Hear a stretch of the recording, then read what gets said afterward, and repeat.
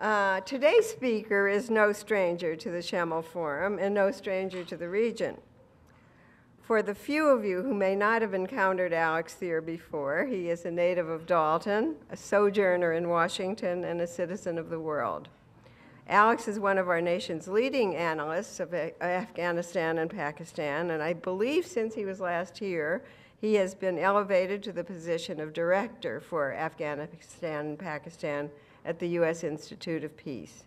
Alex has lived in both Afghanistan and Pakistan, worked on Afghanistan's constitution, and has served in a wide variety of roles there and continues to. A graduate of Brown University with a master's degree in law and diplomacy from Fletcher School of Tufts University and a JD from Stanford Law School. His topic today is Enigma and Dilemma, our fraught relationship with Afghanistan. I could say much more, but with a topic of this complexity and importance and such an expert to talk to us, let me just present and please welcome Alex.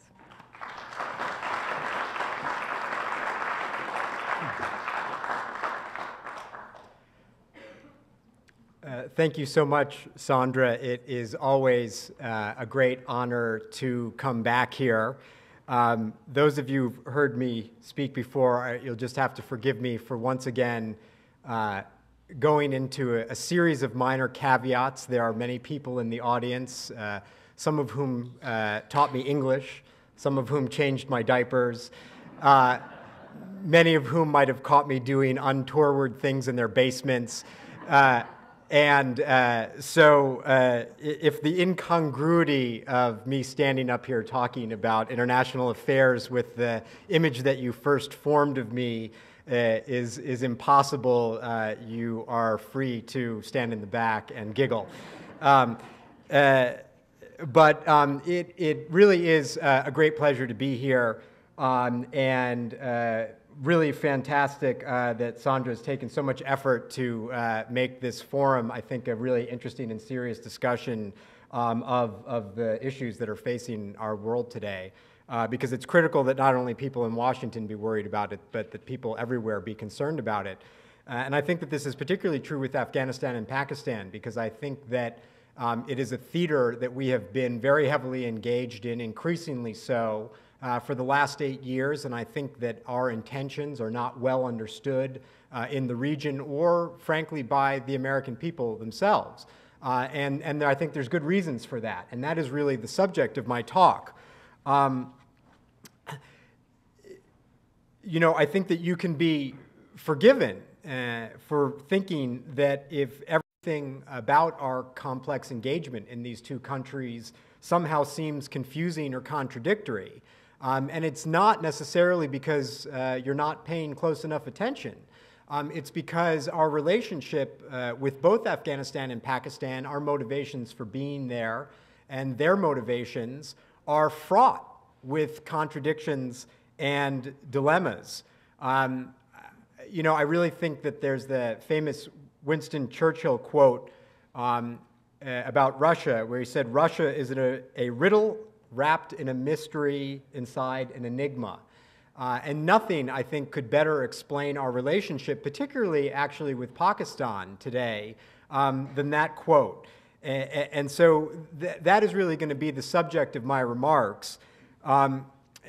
In many ways, I think that the explanation for our mutual relationships end up sounding much more like something out of a Tom Clancy novel than they do out of a tract by Henry Kissinger. I have always been personally fascinated by paradox. I think that it's fascinating that we live in a world in which contradictions not only can, but frequently do exist. And so I wanted to really spend most of my talk talking about what some of these paradoxes are, because I think they're so fascinating, and then just spend a little bit of time at the end thinking about what we should do about it, but also leaving a lot of time for discussion. The first, really kind of torn from the headlines, is that maybe about a month and a half ago, in fact, we're not really sure when, one of the top leaders of the Afghan Taliban was arrested in Pakistan. His name is Mullah Biradar, or the English translation, Mullah Brother. And this arrest, when it happened, how it happened, and why it happened, have been the subject of immense and interesting controversy in the intelligence and policy community. This arrest happened, as we've learned subsequently, as the subject of a joint operation between the CIA and the Pakistani intelligence services, the Inter-Services Intelligence Agency, frequently referred to as the ISI. Now, the ISI is often portrayed as not only an ally, but in many ways our greatest enemy in Pakistan. It is the intelligence agency that is seen to be doing the most to undermine our goals in Afghanistan. So the first thing is that when you hear about a CIA-ISI joint operation, it makes you wonder what's going on. The second thing is that the arrest of Mullah Biradar was an arrest of one of the highest level Afghan Taliban operatives. So first of all, he's being arrested in Pakistan. Why is this guy in Pakistan? Second of all, he's a member of the so-called Quetta Shura. Now, Quetta is a city in southwestern Pakistan near the Afghan border, which is where many of the leadership of the Afghan Taliban have been reportedly living and running the insurgency in Afghanistan from Pakistan. But he was arrested in Karachi, not in Quetta, which is the commercial capital of Pakistan, one of the largest cities in the world, and outside of the so-called tribal areas of Pakistan, a metropolitan area. So the second question is, why is this guy who heads the Quetta Shura being arrested in Karachi by people who were supposedly, the ISI, actually the ones who were protecting him? He was, as it's also been revealed increasingly, in talks with the Karzai government, whom the Taliban are currently fighting against. So the question comes, why was he arrested? And there are opposing theories about this. One theory is that he was arrested in order for the Pakistanis to show that they are cooperating with the United States. The Pakistanis, while in many ways evidently cooperating with us, and I'll come back to this because all of our supplies go through Pakistan, so they're clearly cooperating with us in some ways, at the same time seem to be harboring the insurgency that we are fighting in Afghanistan. And there's ample evidence of this. So some have posited that the reason that Mullah Biradar was arrested was so that the Pakistanis could demonstrate that finally they are cooperating and taking down a high-level Afghan Taliban figure, as we've been asking them to do for the past few years. However, there is an equally plausible opposing theory that is actually more supported by some of our top analysts, by the Afghan president and others, that say that the Pakistanis were doing it not to improve cooperation, but to stop cooperation. Well, now, why would that be? And it's because increasingly the Afghan government has been trying to figure out how to engage in political negotiations with the Taliban. And most of you have in front of you an article that is just about to be published in the journal Current History, which is my take on sort of how Afghanistan may or may not be able to engage in the process of political negotiations, which itself is a very fraught and difficult path. But nonetheless, President Karzai have repeatedly said, we want to engage in political negotiations with the insurgents, which is new. So the Pakistani arrest of Biradar, many believe, is because Biradar was already engaged in discussions. He's of the same tribe as President Karzai, and therefore was seen as quote-unquote soft on the idea of reconciliation, and that the Pakistanis don't want reconciliation, so the reason that they arrested him was not to encourage reconciliation, but was to put a stop to it. The third theory, which I think is most plausible of all, is that both of these things are true. So it comes back to this idea, well, how can you hold this complete contradiction, in your head at one time? And the reason is that the Pakistanis do indeed want to stop cooperation, but they want to stop cooperation not so that they can end it, but so they can control it. And what they didn't like was not that Mullah Biradar was talking to President Karzai. They didn't like that he was talking to President Karzai without them being at the table.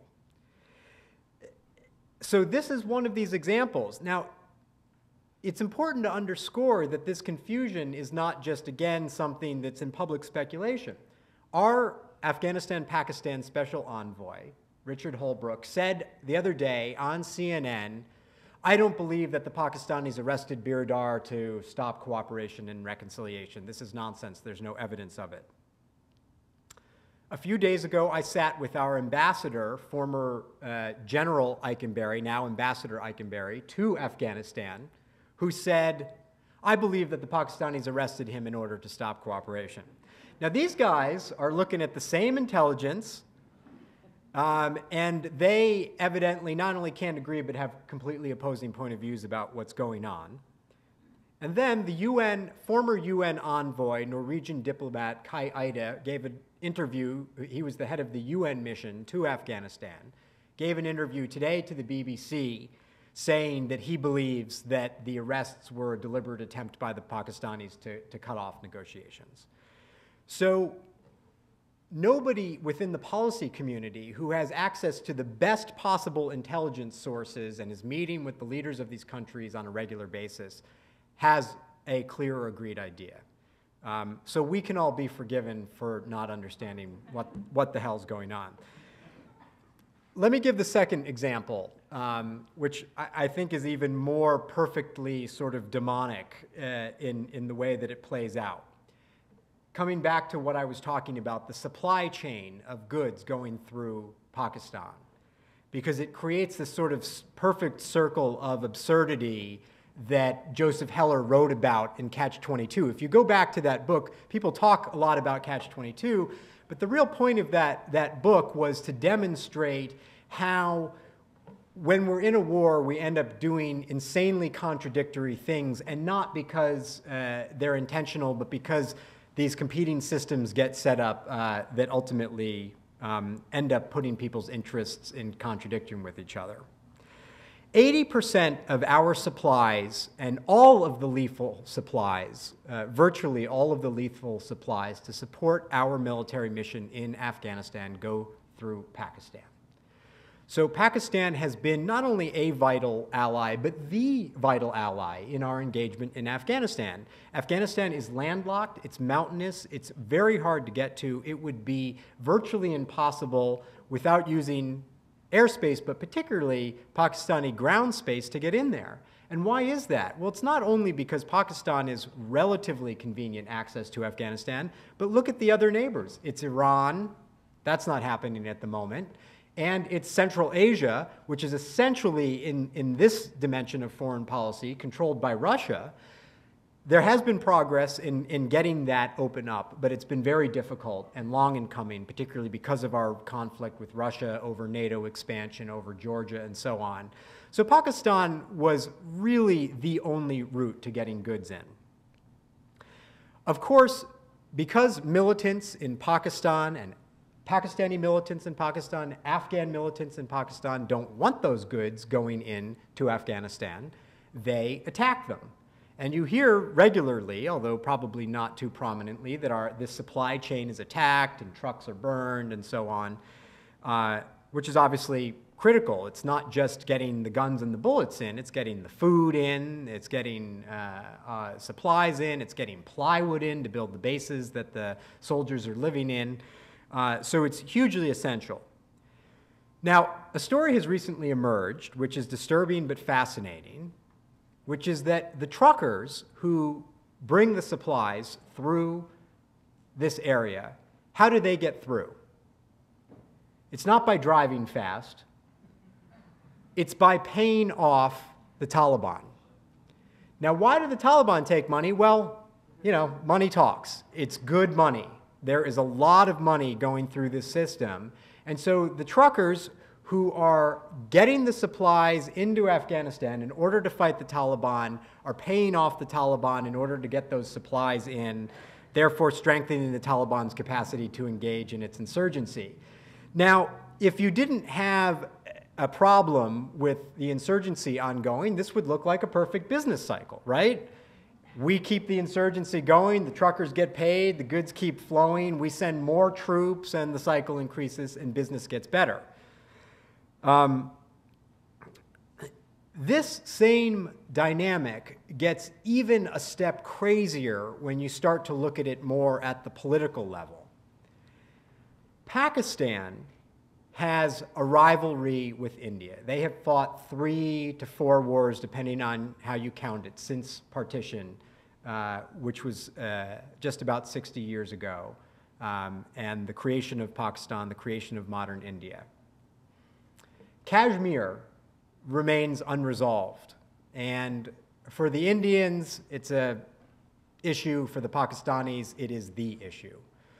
The failure to resolve the Kashmir crisis remains the single most important driving factor in the Pakistani national psyche, in how they array their military forces, and indeed why the military continues to have such a stranglehold on Pakistani society, because the military idea, the idea that Pakistan is existentially challenged, that the territory of Pakistan is under threat from India, dominates the discourse and therefore allows the Pakistani military to dominate politics in Pakistan. So it becomes extremely important. At the same time, the Pakistanis have this notion that they call strategic depth, because they know they can't win a war against India. In fact, you talk to the Pakistanis, one of the first things that they say is that the increase in the Indian defense budget last year, just the increase, is the size of the entire Pakistani defense budget annually. So they have right to be concerned. India is more powerful in every way. They've lost 3.5 wars, and they'll lose a 4th if there is one. And so they look at Afghanistan as this area for so-called strategic depth, which means that if they ever have to do a strategic retreat because of a conventional military loss, not to mention the possibility of a nuclear conflict, then they need Afghanistan to get their back, literally. So how has Pakistan handled this? For the last 20 or so years, they have been busy creating militant groups to try and get control in Kashmir and to try to get control in Afghanistan. And the reason they do this is because their relationship and capacity is so asymmetric, it's so unbalanced with India, that they see that militancy is a good way to keep the Afghans and the Indians sort of off balance. But now, having created these militant groups, the militant groups have started to spin out of control. It's the classic Frankenstein monster story. Now they can't control them. They're fighting the Pakistani Taliban in Pakistan. They're trying to struggle with these Kashmiri militant groups that are also spinning out of control, that are now committing attacks against Pakistani military installations. They created this enormous attack last year in Mumbai that almost started another war between Pakistan and India. So in order to assuage Pakistani fears, we pay the Pakistanis about $1 billion a year to support their military, including supporting the F-16s, which we sold them, and so on. Now, F-16s aren't good for fighting the Pakistani Taliban. They're good for fighting the Indians, which is what the Pakistanis feel that they need. They feel they need to have a real military hedge against the Indians. But of course, what this all does is it keeps reinforcing the cycle, and the fact that the militants have gotten out of control and have almost created a war with India continue to reinforce this cycle that the Pakistanis have to keep maintaining this hedge by investing in militant groups, which are, of course, the reason for Pakistan's instability. So you have these repeated dynamics that seem ultimately to create contradictory and negative ends. And then the last one I want to highlight, I think, is our own problem or struggle with this issue. I'm sure many of you saw or read about President Obama's speech in December last year at West Point, where he announced that he was going to send 30,000 additional American forces to Afghanistan. In doing so, he raised the level of American forces in Afghanistan to nearly 100,000, plus an additional roughly 35,000 international forces. So getting to the level of where the peak of where the Soviets were during their invasion Afghanistan in the 1980s. And in doing so, he said that Afghanistan and Pakistan represent a vital national security interest for the United States, that this is no idle threat, that people in that region continue to harbor hopes to take over both Afghanistan and Pakistan, to destabilize the region, and indeed to attack the U.S. homeland, all of which I think are true. But virtually in the same breath, he said that we would start to bring those troops home in July of 2011. And so the first question was, well, if the threat in July of 2011 is the same level that it is today, what does that mean? That it's no longer a vital threat, or that we feel we can't defeat it? The other question or contradiction that people pointed out was that we're sending the troops to Afghanistan, and yet al-Qaeda appear to be predominantly in Pakistan, something that the administration acknowledges, which reminds me, there's a figure in the lore of the region called Mullah Nasruddin, who's the sort of wise fool. And there's a joke that's told about Mullah Nasruddin. He's out crawling around in his yard, and one of his neighbors walks by and they says, "Mullah, what are you doing?" And he says, "Well, I'm looking for my keys." He says, "Well, good luck finding them." And he comes back at the end of the day, and the mullah's still out there crawling around in his yard. He says, "Mullah, what's wrong?" He says, "I still haven't found my keys." He said, "Well, do you have any idea where you left them, where you lost them?" And he says, "I think I lost them inside my house." And he said, "Well, why are you looking out here?" He said, "Well, the light's better out here." And that sounds a little bit like our policy that we send troops to Afghanistan because we can't. We can't send the troops to Pakistan. And even if our greatest fears about homeland security have to do with what's happening in Pakistan and not in Afghanistan, that's not a theater that we have as much ability to control. And so the logic then becomes, well, if we secure Afghanistan, that will take some of the wind out of the sails of the militants in Pakistan, and it will therefore mean that we can then work with the Pakistanis more effectively to deal with the threat of terrorism there. And conversely, if we don't secure Afghanistan, then we'll end up where we were during the Taliban period, where the insurgents take over all or part of the country and invite the militants back in. And again, it's a logic I agree with, but try explaining that to people in the region who believe that we have ulterior motives, who look at this story and its complexity, and they see double games everywhere. They see hypocrisy everywhere. They see conspiracy everywhere. I have Afghan friends who believe that the United States is supporting the Taliban. And why do they believe this? Well, in part, this story about it's sort of good business for everybody, in part because they believe that hegemonic powers like the United States always want to control territory, and it was a great idea to take over Afghanistan so we could have pipelines and that sort of thing. If you've ever been to Afghanistan, you'd think twice about that. But they look at the United States as a military power, and they look at the Taliban and they say, come on, these bunch of jokers with Kalashnikovs and caves could possibly hold off the world's lone superpower. And standing from that perspective, it does look a little bit preposterous. President Karzai believes that the British, former colonial power in Afghanistan, and the disturbing thing is I'm not talking about people, I'm talking about the president of the country, believes in part that the British are supporting the Taliban. And he looks at Helmand, where the British have been fighting and dying for the last few years, and he says, again, there's no way, first of all, the British want to undermine me because that's what the British always do everywhere.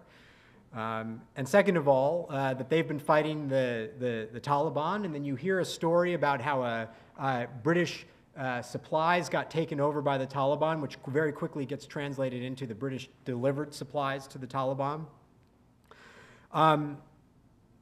But then I also look at, on the internet, and there are a startling number of Americans who believe that our government was involved in the perpetration of 9/11. So it's not too difficult to understand. And ultimately, the way that I reconcile all of this, I think, is that I basically subscribe to two theories.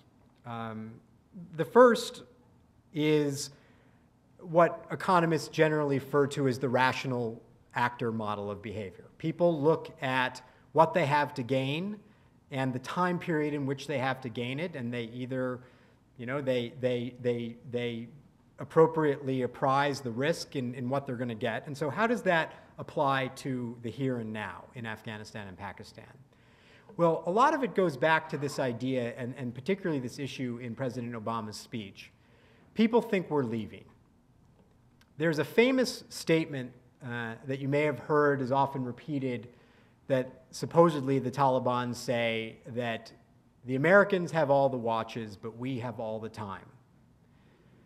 The Afghans, the Pakistanis, the Taliban, they are going to be there next year and the year after and the year after. And so you try going to a villager in Helmand who has seen nothing but 30 years of conflict and turmoil, who has seen the United States invasion of Afghanistan floundering, essentially, for the last 8 years, has seen repeated takeovers and then withdrawals of the international forces, and you tell him, look, this time we're serious.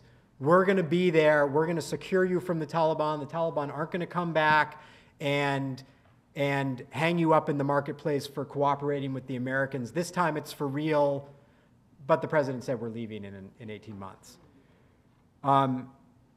So what are they doing? They're looking at their watches and saying, okay, not only am I at risk here in the long term, but they're also saying there is a lot of money flowing in right now. There's money from the economy of the American forces being here. There's money from the poppy economy being here. There's money from the NGO economy, that is all of the groups that get American and international assistance to do good things. And we want to get as big a piece of that as we can right now because we don't think it's going to be there in a year and a half. And of course, the implication of that kind of thinking, when it rises to the level of policy in Pakistan, the Pakistanis say, the Americans aren't going to be here, so we need to keep supporting the Taliban. Or the Karzai government says the Americans aren't going to be here, so we better steal as much of this aid money that's coming in now as we can. Of course, the effect is to make their perception come true. Because the Pakistanis continue to support the Taliban, it makes us more likely to fail. Because the Afghans continue to steal so much of the aid money coming into the country, it makes them seem illegitimate and therefore, again, makes us all more likely to fail. And so we're in this sort of spiral of perceptions that I think are bringing us down.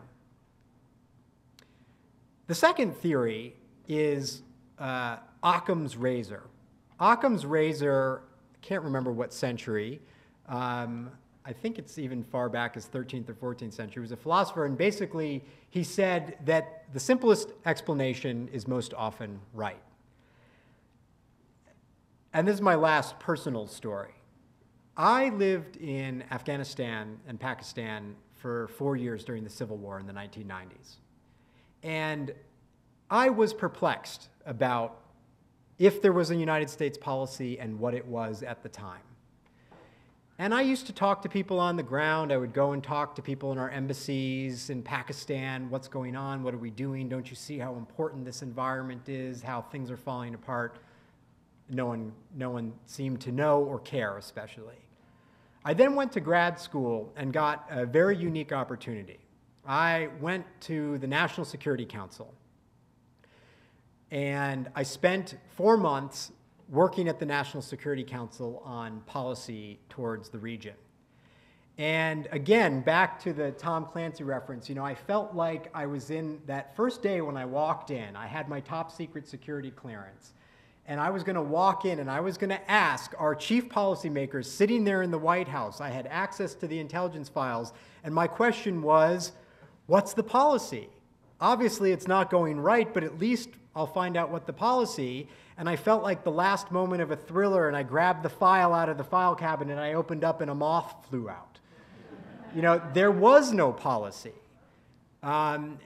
And it was that moment, that I really realized that if you're looking at the explanation for why we seem to fail, the explanation is almost always one of incompetence over some grand conspiracy.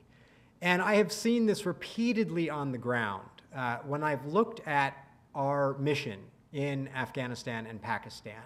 What we do, how we spend money, there are excruciatingly obvious problems that we have failed to address. And we often do this either because we don't see the problem or we see it, but our competencies, we often talk about the capacity of the Afghan government, the Pakistani government, but our own capacities often lack the skill. How do you build a democracy in a conflict zone? I have spent much of the last 8 years pondering this problem and talking to every person in Washington and in the major bureaucracies in Europe and the United Nations about how to solve this. And I'll tell you, we don't have the answer. It's not like we have the answer. We don't have the answer. And so it's always important for us to build that understanding and assumption into what we do, which means, A, we need to be a lot more modest about what we do, but B, and this is really the final point, because I don't want to leave you with only these negative thoughts, because I do think that we can vastly improve our engagement. I was at a talk the other day. It was an analysis of the Vietnam War and the mistakes that we'd made in the Vietnam War, which once again, as a gentleman over here has written a book about it, once again has become a micro-industry in Washington because people are making analogies to Iraq and Afghanistan and how we do counterinsurgency. And there was a guy named Rufus Phillips, which many of you may have heard of. Rufus Phillips started working for the State Department in 1954 and has been working on and pondering Vietnam for the last 56 years. And he was part of some of the major initiatives. And he basically, by his own account, had one thing to say about what he had learned in the last 56 years, which is that ultimately, if the solution is not locally driven and not locally owned, there is no solution. He looked at the great sort of designs of programs that the United States had, the buildup of its military forces, its assistance, how it wanted to do things, how it wanted to change people in power, and those things don't work. What works ultimately is when you have the same interests and objectives of your partner on the ground and you work to support their leadership. And so in this year, when I think the most important question for us is how do we change momentum in that conflict? The biggest conclusion is not some small new tool that we hadn't thought of before. It much more has to do with changing the broad arc of perceptions, both in the region and at home, that we can succeed. That means convincing Afghans that their future with the Afghan government is a better future than their future with the Taliban. It means convincing the Pakistanis that the future of stability and not one of provoking conflict through supporting militancy is the better longer-term future, not for us, but for them. And it involves convincing the American people that we do have a stake in the stability of that region and that that stability of that region is actually an attainable goal. And I think that a lot of that change can be had through a change of a perception that momentum has changed. We have spent 4 years seemingly in a downward trajectory in that area. The end of Winston Churchill's quote, which is usually not read, "Russia is a riddle wrapped in a mystery inside an enigma. But perhaps there is a key. That key is Russian national interest." if we are better able to align our goals and align the goals of the governments, as flawed as they are, in a direction that we can all agree on, then I do believe that we have the possibility, and we're not talking about turning Afghanistan into Switzerland or Pakistan into Brazil. We're talking about a very long, slow, and gradual process of change in both of those countries. And I do still believe that it's possible. The final thing I'll say, we came out last year with a book called The Future of Afghanistan that I edited. It's available free online on the U.S. Institute of Peace website, www.usap.org. If you want to read more about the work that we're doing, you can go there. So thank you, and I look forward to questions. I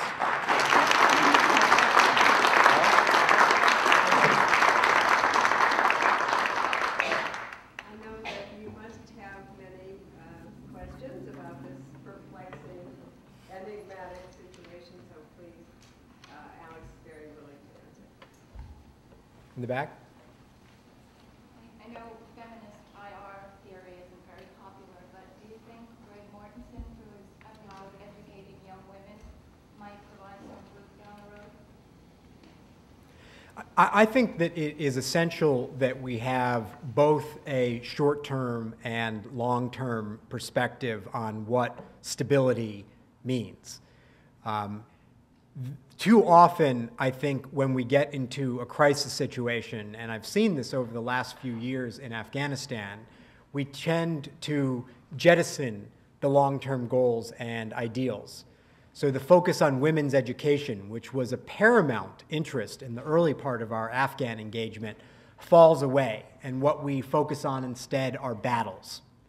I do think that we can walk and chew gum at the same time, but in many ways it sometimes means separating what we call development from our immediate policy. There's no question that a stable, prosperous Afghanistan and Pakistan will rely on educated youth, and particularly women and girls who have not been a part of the economy and not been as active members of society. At the same time, if you tell the president now, look, if you start educating girls in 15 years, there's going to be a great change, he says, look, pal, I've got a war on my hands and a presidency to lose in 3 years. And so we really have to figure out how to balance those. But I think that it's not only a question of what will cement stability in the long term. I also believe that as Americans, that it's very important. Our advantage is not just that our army is more powerful and that we have more money than everybody else. It is that we operate, or when we operate, based on certain ideals and principles, I think we do a lot better. And I think that it's a mistake for us to jettison those principles when things get difficult. Now, Alex, do you see any affinities on the part of our leadership, whether at Holbrook or the State Department or at any place, to actually put national interest of the nation of Afghanistan in first place? There have been some very encouraging signs. General McChrystal, who is the 4-star general in command of the theater in Afghanistan, recently, on the eve of the launch of the operation to take Marja, which many of you heard about, this tiny town in Helmand, which has taken on probably greater symbolic than strategic significance, went over to President Karzai's palace and said, Mr. President, we are ready to launch the operation.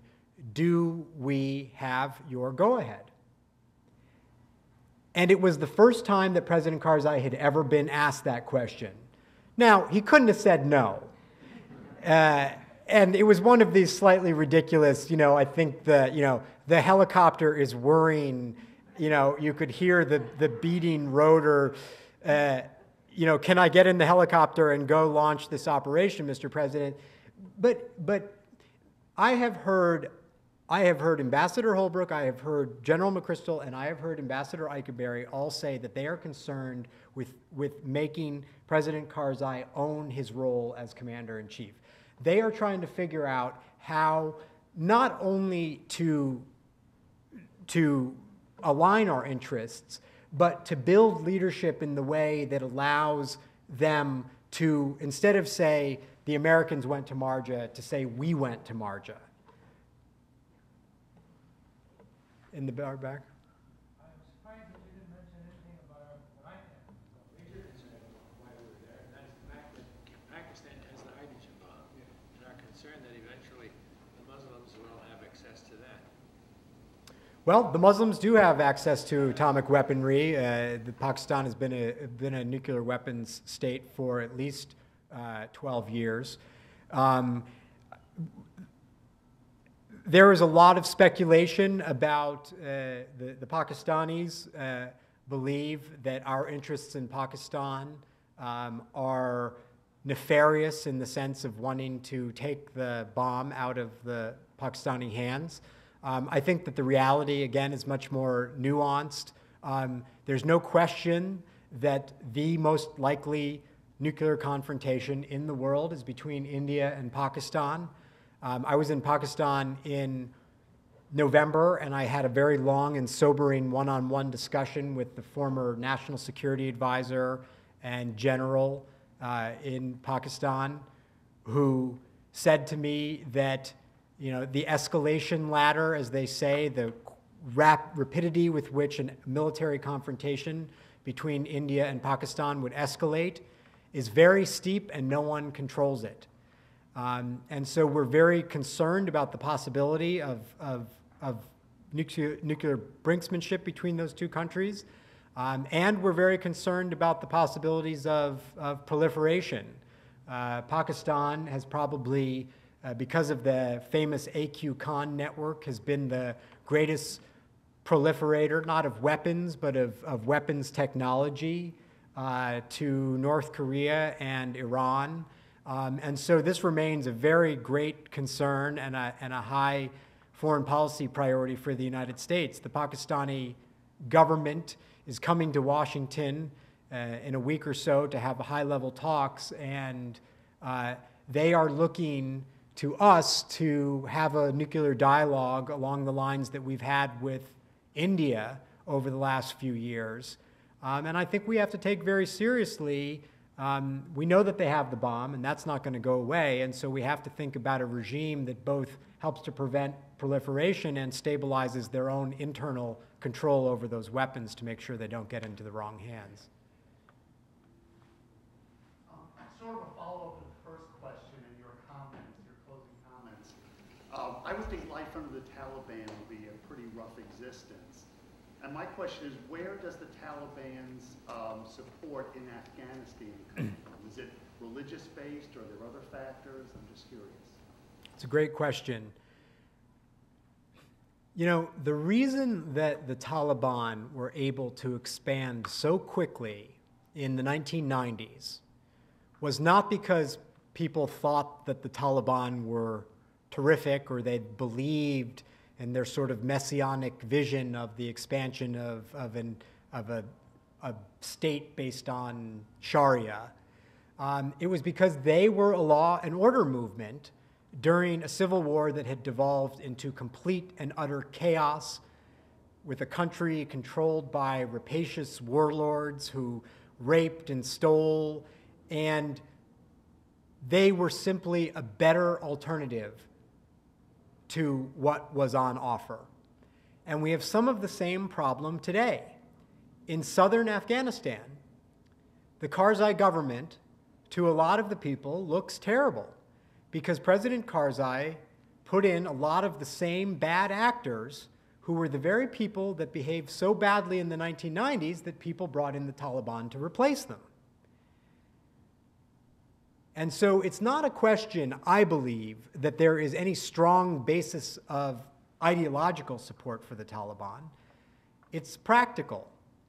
During the Taliban period, people enjoyed a relative period of, this is again in the South, not in the North, not in the center, but in the South, people enjoyed what they felt was a relative period of calm and stability in comparison to what they have experienced over the last 8 years. So when we were going, Ambassador Eikenberry told me this the other day, that he was touring somewhere in Helmand, and he said that when we were in Helmand, right after the invasion, he said, just please, he met somebody in a marketplace, and they said, just please don't let those guys come back. And he said, who, the Taliban? He said, no, the Afghan police. And so I believe that it's not so much that the Taliban have a strong basis of support, it's that the government is in some areas is so unsupported. Now that said, I don't want to make it just about them. The Taliban also, you know, as do most insurgent groups, they make themselves felt by the population with terrible intimidation. They deliver night letters to people's homes, they threaten people, they hang people in marketplaces, they behead people. So it's not all nice stuff and law and order, but the package they've been able to offer, that the government can't protect them and that they can offer some law and order, has been better in some of those places than what we've been able to offer collectively. One of the things that has always interested me is that after 9/11, there was a complete movement behind the scenes in the United States. We sent in troops, secret forces, money, CIA through Uzbekistan to attack and to punish Al-Qaeda. And suddenly, over the few years, we're now in a suppression mode and a containment mode. We're trying to push Taliban and Al-Qaeda out. And there seems to be there's never been, as you said, a U.S. policy. Started out as punishment for 9/11, and it's finished up as containment. And we've poured billions of dollars in there, secretly. Hundreds of billions. Warlords to try and ally with that. And there's still no thought. What is the outcome? What does the U.S. government want as an outcome? Just peace? Well, yeah. Yeah, it's more like hundreds of billions of dollars that this engagement has cost us over time. And, you know, from the beginning, there have been complex and somewhat contradictory goals. There's always been a tension between whether we are in Afghanistan for a counterterrorism mission, predominantly to fight Al-Qaeda, or whether we are there for a counterinsurgency mission, or whether we're there to do nation building. The problem is, and I support this complicated logic, the problem is that if you say, look, our interests, you're right, we launched a punitive war. People don't like to hear it in that terms because they don't like to think that that's what we do, but we launched a punitive war. That war was underway the second those buildings were falling. And it was not a war. It was not because we suddenly realized that we felt bad for Afghan girls who weren't allowed to go to school, or that Afghanistan is the poorest country in the world after 25 years of conflict. Suddenly awoke our passion. It was because of Al-Qaeda and that we wanted to punish them. But very quickly, even George Bush, who was an avowed non-nation builder, realized that if you wanted to deal in a more fundamental way with the threat of international terrorism, and particularly Al-Qaeda, that you couldn't just bomb them. You actually had to block them out of the territory that they controlled, because it was in this territory that they recruited and trained and raised money and made videos and carried out their operations to launch this sort of global jihad. I think the unfortunate reality is that if we left Afghanistan today, as if same is true if we had done it 5 years ago or 8 years ago, that Afghanistan would fall back into civil war and that those who are in league with al-Qaeda would come back quickly and at least again regain control part of the country. I think that there's also a fundamental realization that you can't just deal with the terrorism problem from an unmanned drone. You can't fly around and hope to pick off your enemies. You have to have intelligence on the ground. You have to carry out policing actions.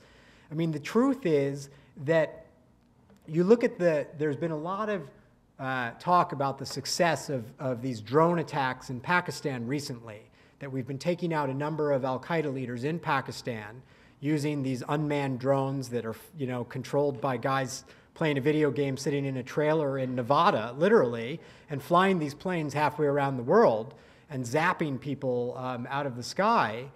And they're having a lot of success. But the reason they're having success is not because of the technology. It helps. The reason they're having success is because our intelligence on the ground has gotten much better. So you can't just do these things, I think, from the air. The problem is that further goal, that state-building goal, that idea of controlling the space so that the insurgents and the terrorists can't control it, starts to get back to this problem of, well, it seems like we're not actually very good at that.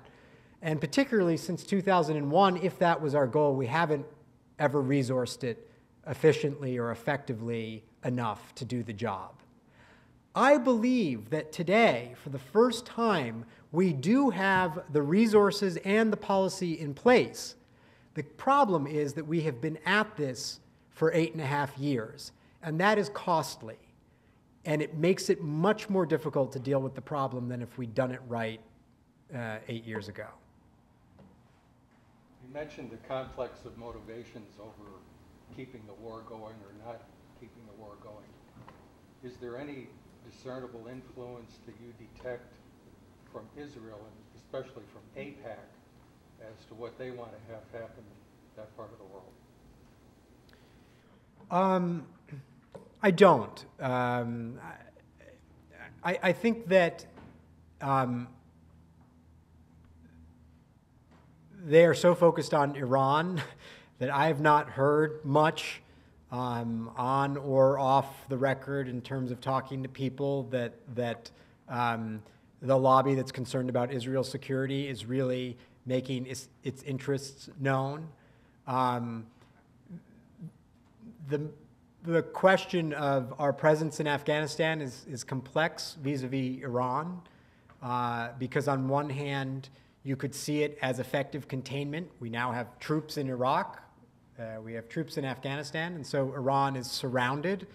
But on the other hand, that makes them feel surrounded and makes them do things that might undermine regional security because of their concerns about our presence in the region. But I haven't heard too much about it. A question about our military presence, which began with the first Gulf War. We inserted, and I'll put on my partisan hat, I'm a Democrat, and it was a very heavy lift for President Bush Warren to get, the Democrats were almost united in blocking that invasion of Iraq. But it did happen.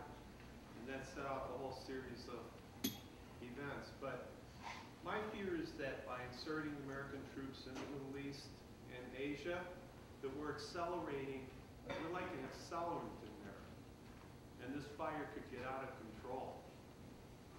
And that there could be chaos, general chaos in the region. And that's my concern. I think it's a very legitimate concern, in part because going back to Pakistan, we managed a remarkable feat in Pakistan this year. We managed to surpass India as the most disliked country. And this is a country, a population that has been weaned on anti-India hatred and fear.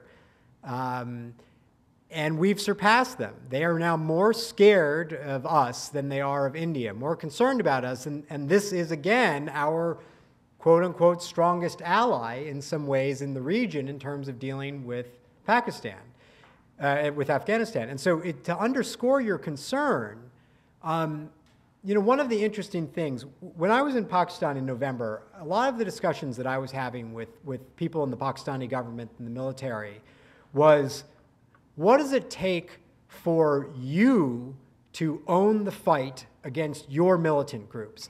I mean, Pakistan, it's still going on, has been absolutely, for the last 18 months, rocked by a campaign, an internal campaign. The Marriott Hotel in Islamabad, which was the landmark hotel in the capital, I've stayed in many times, blown up. The equivalent of their Pentagon, their General Service headquarters, attacked by a group of armed men who made it inside and shot a number of people. The Sri Lankan cricket team, you have to understand, cricket is a national obsession in Pakistan. The Sri Lankan cricket team attacked in broad daylight in Lahore. The Pakistanis are reeling from these attacks. And the question has been, when are they going to see, this isn't about us now primarily, it's about them. Their country is spinning out of control. But they still think it's about us. They think that those attacks are about us. The reason they're being attacked, the logic goes, is because they're helping us in Afghanistan.